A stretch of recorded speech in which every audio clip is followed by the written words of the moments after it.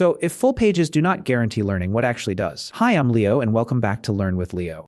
Today, we're challenging one of college's most comforting assumptions, that a notebook filled edge to edge must mean your brain is learning. But many students copy every slide, every definition, and every sentence. Then they close the notebook and discover something uncomfortable. They can recognize the page, but they cannot explain the idea. That difference is the illusion of productivity. The work feels serious because your hand is constantly moving. Yet movement is not the same as mental processing. Psychologist Daniel Willingham puts it simply: memory is the residue of thought. If there is no thought, the page may preserve words, but not understanding. Think about the classic illusion of truth effect. Seeing the same words again can make them feel familiar, not necessarily understood. So the real question is not, how much did I write? It is, what was I thinking about while I wrote it? In this video, we'll replace busy work with a smarter learning system.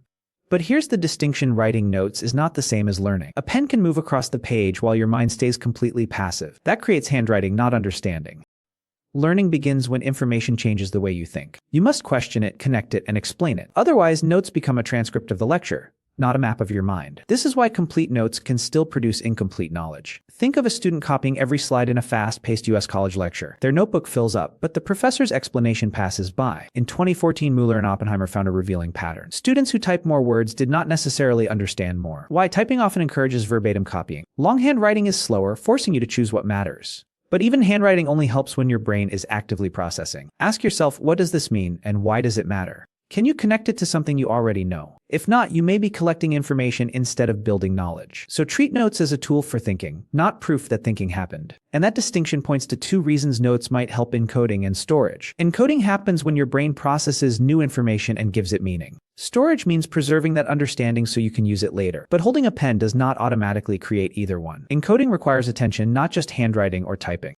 If your mind is copying words mechanically, meaning may never enter the picture. That is why focused listening can sometimes beat a full page of notes. In fact, research on lecture note taking challenges the idea that more writing always means more learning. A famous study by Mueller and Oppenheimer compared laptop note taking with longhand notes. The key issue was not the device itself, but whether students processed ideas deeply. Two students can write the same sentence and understand completely different things. The real advantage comes from interpreting, connecting, and questioning what you hear. So immediate learning may be similar for active listeners and note takers. The bigger difference appears after class, when notes become something you use. Read them once, and they may feel familiar. Retrieve them, and they become usable. Ask yourself questions, explain the idea, and apply it to a real problem. That is when notes stop being a transcript and start becoming a learning tool. But there is a hidden cost when note-taking tries to do everything at once. Your working memory has to juggle several demanding tasks simultaneously. First, you receive new information from the lecturer. Then your brain must interpret what those words actually mean. At the same time, you are translating those ideas into language. Your hand or keyboard must also keep moving at lecture speed. That is a lot of traffic for one small mental workspace. Cognitive psychologist Alan Baddeley described working memory as a limited capacity system.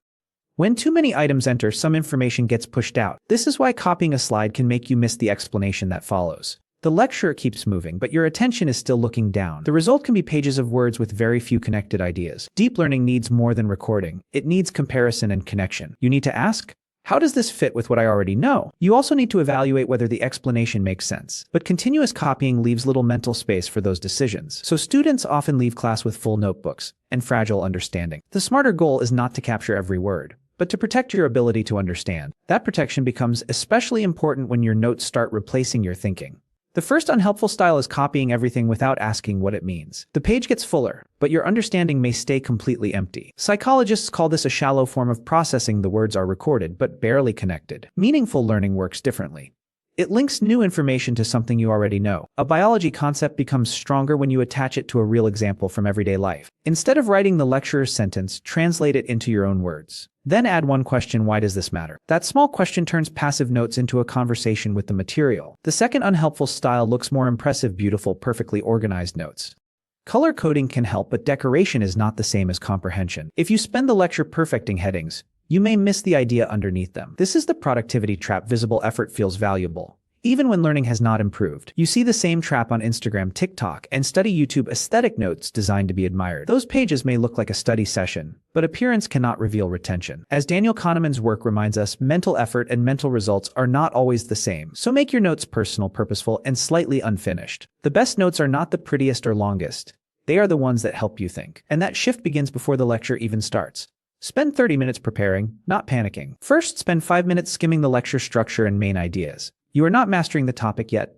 You are building a mental map. Next, clarify unfamiliar words before they become roadblocks. A quick definition can free your attention for the ideas that matter. Then spend the remaining time connecting the topic to what you already know. This is the logic behind schema theory. New information sticks better when it has somewhere to land. Before class, write down what you expect to learn and what currently confuses you. Those questions turn the lecture from a performance into an investigation. During class, listen for reasoning, not just sentences worth copying. Ask yourself, does this explanation make sense? And what does it connect to? This is active learning, questioning, evaluating, and linking ideas in real time.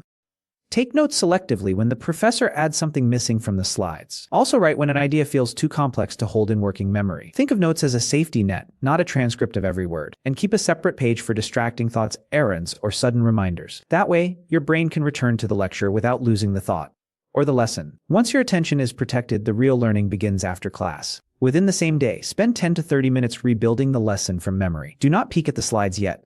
Start with what your brain can actually retrieve. This is active recall, pulling information out instead of simply looking at it. Try this simple test, close your notes, and explain the main idea aloud. If you can explain it clearly, you probably understand it. If you stumble, that is useful information, not failure. Those gaps show you exactly where your next review should go. Rerating feels comfortable, but comfort can be misleading. The page looks familiar, so your brain mistakes recognition for mastery. Psychologist Jeffrey Karpik's research highlights why retrieval strengthens long-term memory. So use questions, not just highlighted pages, to challenge yourself. Next, use the Feynman Technique. Explain the idea in plain English. Avoid jargon. Pretend you are explaining it to a friend over coffee. When your explanation breaks down, return to the source and repair that gap.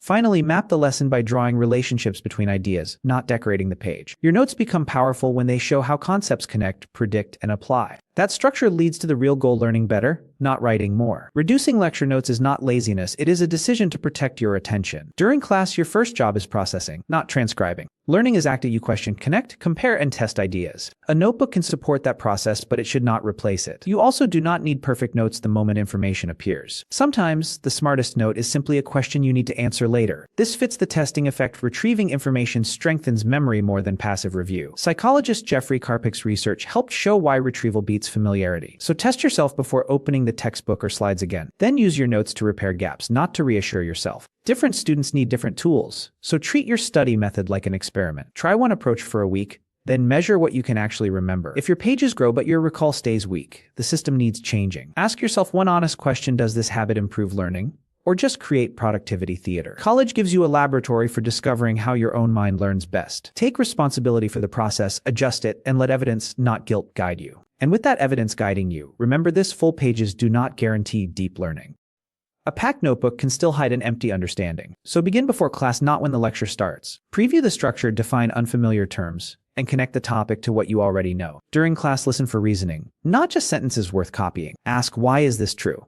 And where would I use it? Write only what strengthens memory, captures a unique insight, or prevents overload. This is closer to how expert students learn: fewer words, more decisions. After class, close the slides and reconstruct the lesson from memory. This retrieval step matters because testing yourself exposes gaps that rereading can hide. Psychologist Henry Roediger's testing research showed that retrieval strengthens long-term memory. Then explain the idea simply, as if you were teaching a friend. That is the spirit of the Feynman Technique. Confusion becomes visible when explanation breaks down. Finally, apply the concept to a problem, decision, or real-world example. Your goal is not the most impressive study system. It is better recall and better action. Try this approach for 1 week. Then measure what you can explain without looking. If your memory and understanding improve, you have found a smarter way to learn. Now share your method below and subscribe to Learn with Leo for more psychology-based learning strategies.